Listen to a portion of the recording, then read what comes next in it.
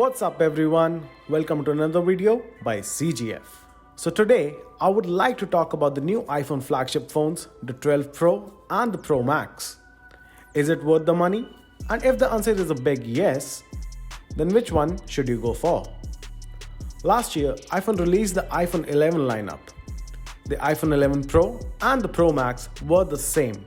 In fact, the 11 Pro and the Pro Max were identical in nearly every aspect. The only difference between the both of them was the size, the price, the weight, and the battery life. So one would expect that there's no difference this time too between the Pro and the Pro Max models. That's where Apple surprised me the most. This time with the Pro Max version, you don't only get to pay more for the bigger screen and the battery life, but you also get a better camera. Both the iPhone 12 Pro and the Pro Max feature a triple camera lens setup on the back with 12 megapixel ultra-wide, wide, and a telephoto lens. You also get support for the night mode, deep fusion, and Apple ProRAW across the board. The primary camera on the Pro and the Pro Max have an aperture of f2.0 and f2.2 respectively. The wide camera on the 12 Pro Max features a 47% larger sensor than on the 12 Pro.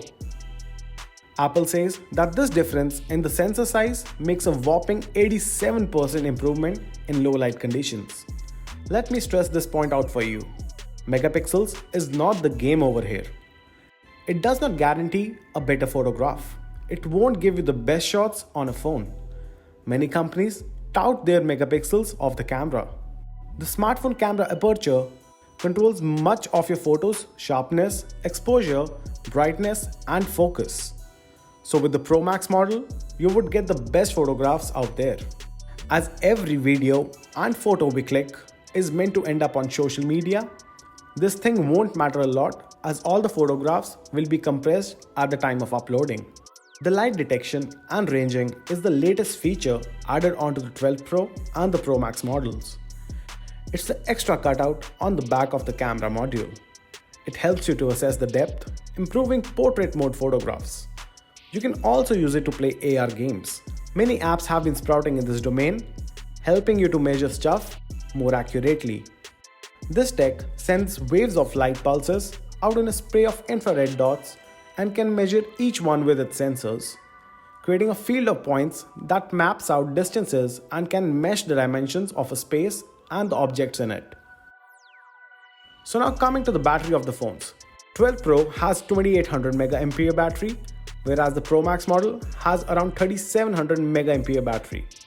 The Pro Max would last longer obviously, and with the data coming in, it says the Pro Max will last around 2 hours longer. The video playback is up to 17 hours and 20 hours respectively. The iPhone 12 lineup is the first iPhone lineup to include the 5G connectivity, and that includes the 12 Pro as well as the Pro Max. This means that regardless of what you buy, you'll get the fastest version of 5G available in your area.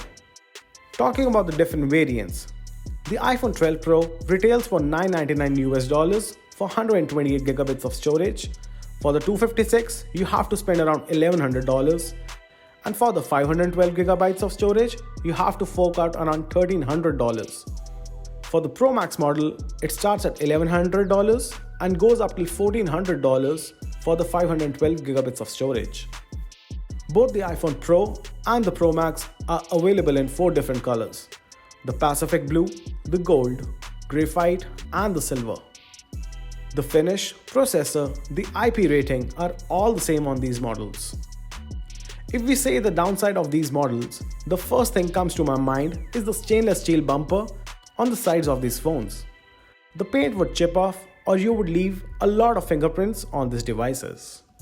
This time, the box does not include a charging brick. Apple says they are making the box smaller for the environment by saving paper or plastic, shelf space, and cost on moving these products. Well, they missed out telling that it is again a way to make them more money. First of all, they released 4 models this year, and then if you need a charging brick, you will spend around $25 to get one. Well, Apple have to ship out those too. And with that, you would get an unnecessary user guide and extra wastage of material. Now, how can you say that this is environmental friendly? It's out of my understanding. So now to wrap things up, the iPhone 12 Pro Max is a big phone. It's the biggest phone that Apple has ever released, and it's even bigger than the previous Max and Plus phones over the years. This year, you get notable features in exchange for the larger form factor, including improved camera technology and additional battery life. For many people, however, the size of the 12 Pro Max is likely prohibitive.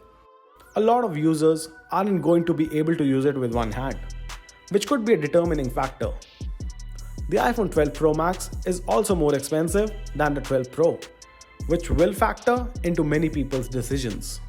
If you like this video, do take time to click the subscribe button, and if you have any questions, feel free to leave a comment, and yes, please like the video. So that's it from my side. Until the next one.